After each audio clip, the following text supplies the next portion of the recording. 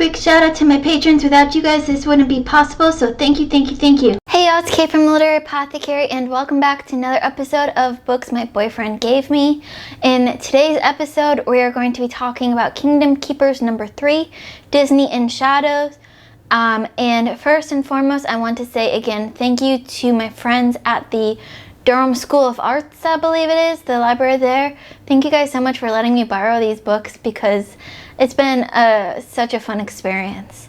So, in book 3, this takes place in Epcot. So, if you remember, each one of these books so far has taken place in a different Disney park.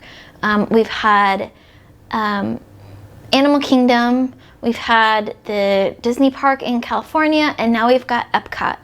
And in this book, the main struggle that the kids are having is that Wayne, their kind of mentor and the guy that created the DHI programs, has been kidnapped supposedly by the Overtakers, Maleficent and her evil crew. And so the kids are the only ones that know this. They're the only ones that can help him, and now they're on this kind of scavenger hunt to find all of these clues that Wayne left, but also that their friend Jess, who's now a Kingdom Keeper, inducted Kingdom Keeper, sees in her dreams. So she dreams the future at night or when she sleeps, and that's kind of her bit of magic. Her sister Amanda has like telepathic magic where she can make stuff move with her mind, and then so that's kind of where the magic comes in, besides, you know, the DHI sci-fi magic. So they go off on this scavenger hunt throughout the park to find clues that will then hopefully lead them to Wayne. I gave this 4 out of 5 stars. I enjoyed this more than I enjoyed book 2, but not as much as I enjoyed book 7. And those are the 3 books in this series that I've read so far. So I have 4 more books to read in the series. What I liked about this book was that we learned about all these different rides at Disney. So in Epcot, you know, they've got the whole around the world theme going on, but we've also got these rides like the crash test dummy ride and all of these different rides that deal with the world at different times, different places. So there were times in this book where I really went into detail about specific rides, and I would never have known anything about those rides really if it wasn't for this book. So that was a lot of fun. I loved the scavenger hunt aspect of it.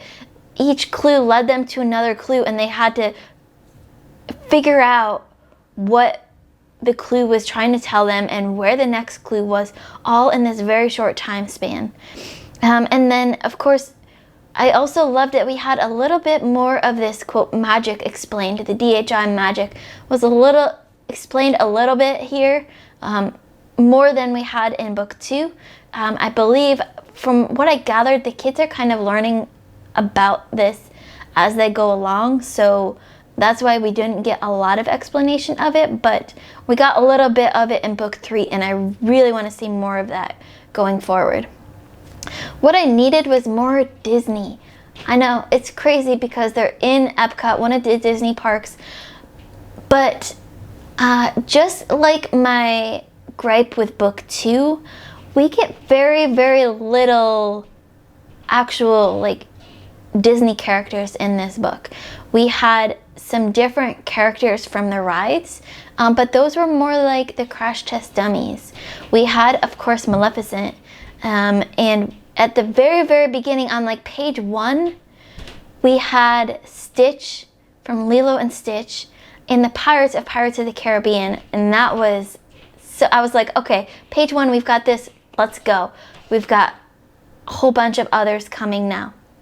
But we didn't really have that many more besides the main one. So I wanted to see more of those Disney characters.